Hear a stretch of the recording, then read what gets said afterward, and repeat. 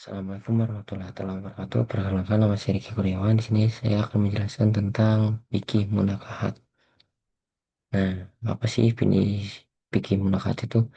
Menurut ajas Islam yang berhubungan dengan ilmu muamalat sekaligus juga muasyarat adalah munakahat atau pernikahan. Bagian ini sangat penting untuk dibahas dan dikaji karena perempuan sebagaimana Allah diciptakan nenek moyang kita Nabi Adam dan Siti Hawa, dari sinilah cikal bakal manusia berkembang biak menjadi banyak sampai akhir nanti. Sebagaimana firman Allah Subhanahu wa taala dalam surat An-Nisa ayat 1 yang berarti, hai sekalian manusia yang bertakwalah kepada Tuhanmu yang telah menciptakan kamu dari seorang diri, dan daripadanya Allah menciptakan istrinya, dan daripada keduanya Allah memperkembangbiakan laki-laki dan perempuan yang banyak. Dan bertakwalah kepada Allah dengan mempergunakan namanya kamu sehingga meminta satu sama lain, dan perihalalah hubungan silaturahim. Sesungguhnya Allah selalu menjaga dan mengawasi kamu. Dan untuk pengertian nikah, yang pertama menurut bahasa nikah yaitu menghimpun atau mengumpulkan. Sedangkan menurut istilah syara nikah adalah suatu akad yang menghalalkan seorang laki-laki dengan perempuan yang bukan muhrim untuk bersatu menjadi suami istri dengan ucapan ijab dan kabul yang disaksikan oleh beberapa orang saksi dan wali dengan syarat dan ketentuan yang telah ditetapkan oleh hukum syara. Next, untuk hukum nikah itu sendiri mungkin di sini ada sunnah muakkad, yaitu sunnah yang sangat dianjurkan oleh Rasul dan menanggapi wajib, namun bisa berubah sesuai dengan kondisi dan niat seseorang. Jika seseorang menikah dengan niat untuk menjauhi dari perzinahan, maka hukumnya sunnah. Akan tetapi jika niat untuk sesuatu yang buruk, maka hukumannya menjadi makruh atau bahkan haram. Untuk hukum nikah itu sendiri menurut ilmu fikih terdiri dari 5 hukum. Yang pertama wajib, sunnah, makruh, dan mubah. Yang wajib apa? Yang pertama itu bagi yang sudah mampu baik dohir maupun batin dan merasa takut kepada perzinahan itu tidak menikah. Sunahnya, hukum sunnah bagi yang ingin menikah dan dia mampu memberikan nafkah tetapi masih bisa menahan diri dari keburukan syahwat.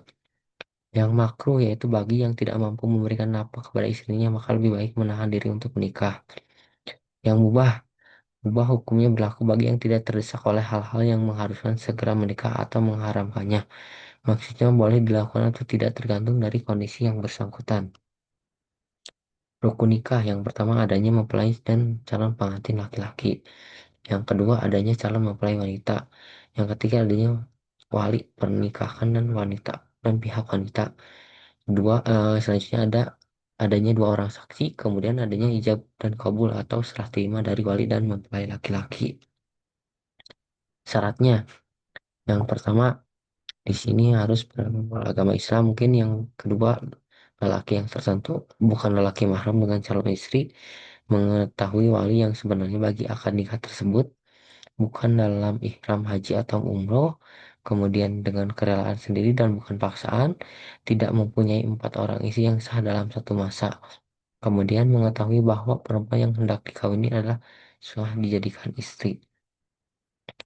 Cara calon istri yang pertama, Islam, perempuan yang tertentu bukan perempuan mahram dengan calon suami, bukan seorang kunca, bukan dalam ihram haji atau umrah, tidak dalam idah, bukan istri orang. Untuk syarat wali di sini, Islam bukan kafir dan murtad, laki dan bukannya perempuan balik dengan kerelaan sendiri dan bukan paksaan. Kemudian bukan dalam ihram dan haji umroh, tidak fasik, tidak sesat akal pikiran, gila, terlalu tua dan sebagainya. Kemudian merdeka. Untuk cara-cara saksi, yang pertama sekurang-kurangnya 2 orang, Islam berakal balik lelaki, memahami kandungan lafaz ijab dan kabul, dapat mendengarkan, melihat dan bercakap, adil atau tidak melakukan dosa-dosa sebesar, dan tidak terus-menerus melakukan dosa-dosa kecil. Kemudian merdeka. Kemudian syarat ijab pernikahan nikah ini hendaklah tepat, tidak boleh menggunakan perkataan sindiran diucapkan oleh wali atau wakilnya. Kemudian tidak dikaitkan dengan tempat waktu seperti perkawinan mut'ah atau nikah kontrak, di mana suami istri yang sah dalam lembu tertentu seperti yang dijanjikan dalam persetujuan nikah mut'ah.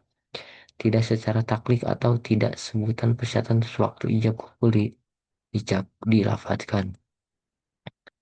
Untuk hikmahnya, Di sini mungkin ada meningkatkan harkat dan martabat manusia, melakukan memuliakan kaum wanita, melanjutkan keturunan dan mewujud kecintaan kepada Allah Subhanahu wa taala. Mungkin seperti itu untuk materi tentang fikih munakahat yang terdiri mungkin dari eh, pernikahan, hukum menikahnya, kemudian hukum nikah yang menurut ilmu fikih, kemudian rukun-rukunnya itu sendiri, syarat nikah, kemudian hikmah menikah itu sendiri. Nah, mungkin cukupnya sekian tentang materi fikih munakahat. Mudah-mudahan bisa